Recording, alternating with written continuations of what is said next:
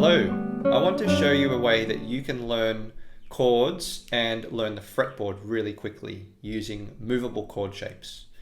These were written out by CCG member Brittany Lum.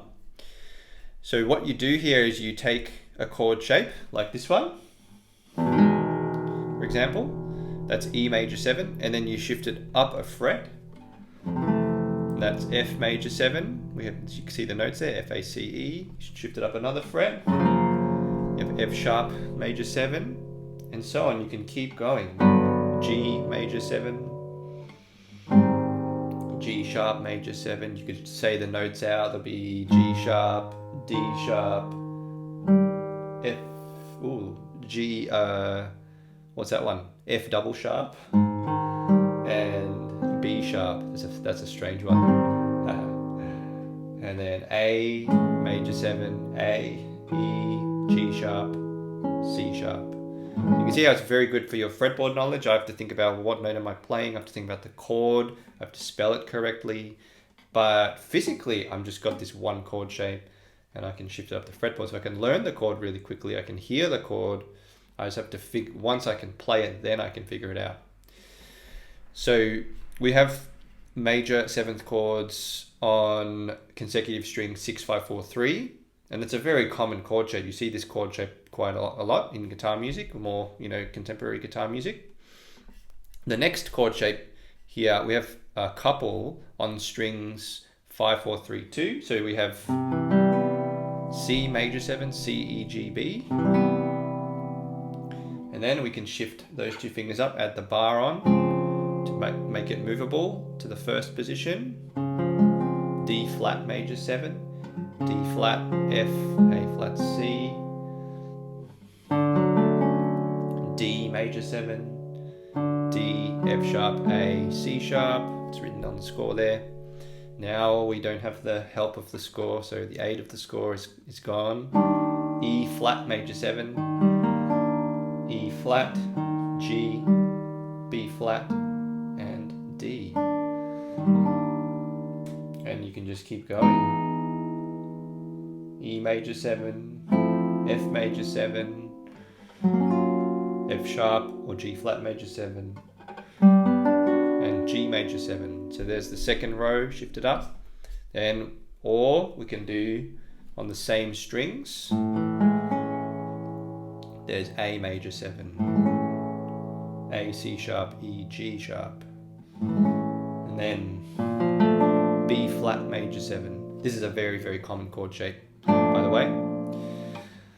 B major 7. It helps to track where the root note is. So the root note, there's only one root note here. We've got the root note with our first finger, B major 7. So it'll be C major 7. If you have the same chord shape, you'll have the same type of chord if they're on the same strings.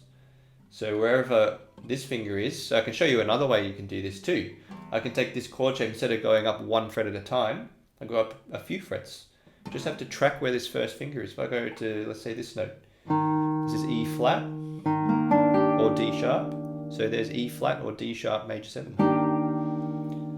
Could go around and go, way up here. This is G sharp or A flat. So I'll say A flat major 7. Same chord shape. Once you know the chord shape, I could say, can you play me D major 7? If you remember this chord shape, you know where D is. Fret the D down, put the chord shape down, and you get D major 7. So then there's one more set of strings. 7th chords have 4 notes in them. So now we can go to strings 4, 3, 2, 1. So here we have the 4th string. 4, 3, 2, 1, and we have the root note on the 4th string. This is F major 7. Here's the root note there. This is also quite a common, actually all of these chord shapes are very common on the guitar. So then we shift that up, we add the first finger, F sharp major 7, and then shift it up, G major 7, shift it up again. That's F sharp major 7 there. And then, that's G major 7 there, yeah. The root note is with the fourth finger. Here I was thinking with the first finger. Here's G sharp. Keep track of that root note. G sharp, major 7. Okay, so once you know that pattern, you know the root note is here with the fourth finger. You can say, well, can you play B major 7, please? On these same strings, so I've got to find the note B, form the chord shape. There we go. And then you can say the notes B, D sharp, F sharp, A sharp. Do you need to spell it correctly? They need to stack in thirds. So we can't say B, E flat. That's not a third, it's got to be D sharp, B, D, D to F, F sharp, not G flat, and F sharp to A sharp, not B flat. And the last one, we have D major 7 to begin. Oops, sorry, I didn't play that right. There we go. Check those sharps in the key signature. D major 7. Very, very common chord shape again. And then we shift those up, add the first finger. Beautiful. E flat major 7. Here's the root note, the bass, and then shift it up. E major 7. F major 7, and so on. How about I say, oh, could you play me a B flat major 7, please? Well, on these same strings, I'm going to find B flat, create the chord shape, and there we go. B flat major 7. So these are the types of materials that you see on CCG. This is actually these are the assigned exercises for the month of March for members to practice. However, we also have not just major 7ths, but we have minor 7ths with the same layout: minor 7ths, dominant 7ths, half diminished 7ths, and full diminished 7ths.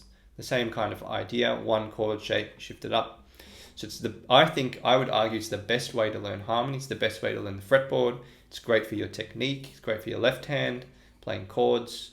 You'll see these chords occurring a lot in guitar pieces as well, so it helps you learn pieces faster. I would argue that these are some of the best exercises that you can practice. You learn harmony and technique, and if you want to compose, they make for really great building blocks that you can use in a composition if you want to harmonize as well. So very, very, there's many uses, very high utility. Lots of different uses, unlike some of the other exercises that we practice on the guitar, where we have something like, there are definitely there are some benefits and advantages to practicing that, but compared to something like this, there's only a very limited number of benefits compared to something like this. You're probably not going to use that in a composition a lot. So, for example, and you're not going to see that kind of pattern occurring in pieces that you're playing much either. So hope you can join us on CCG. We've got new pieces every day being composed. We have exercises like this assigned. We have a syllabus that takes you through theory for guitar in the most practical and relevant way. There are other members from around the world that are just doing incredible work all the time, very supportive, and it's very inspiring. So hope you can join us. There's a 7-day free trial, and great to have you there. Thanks.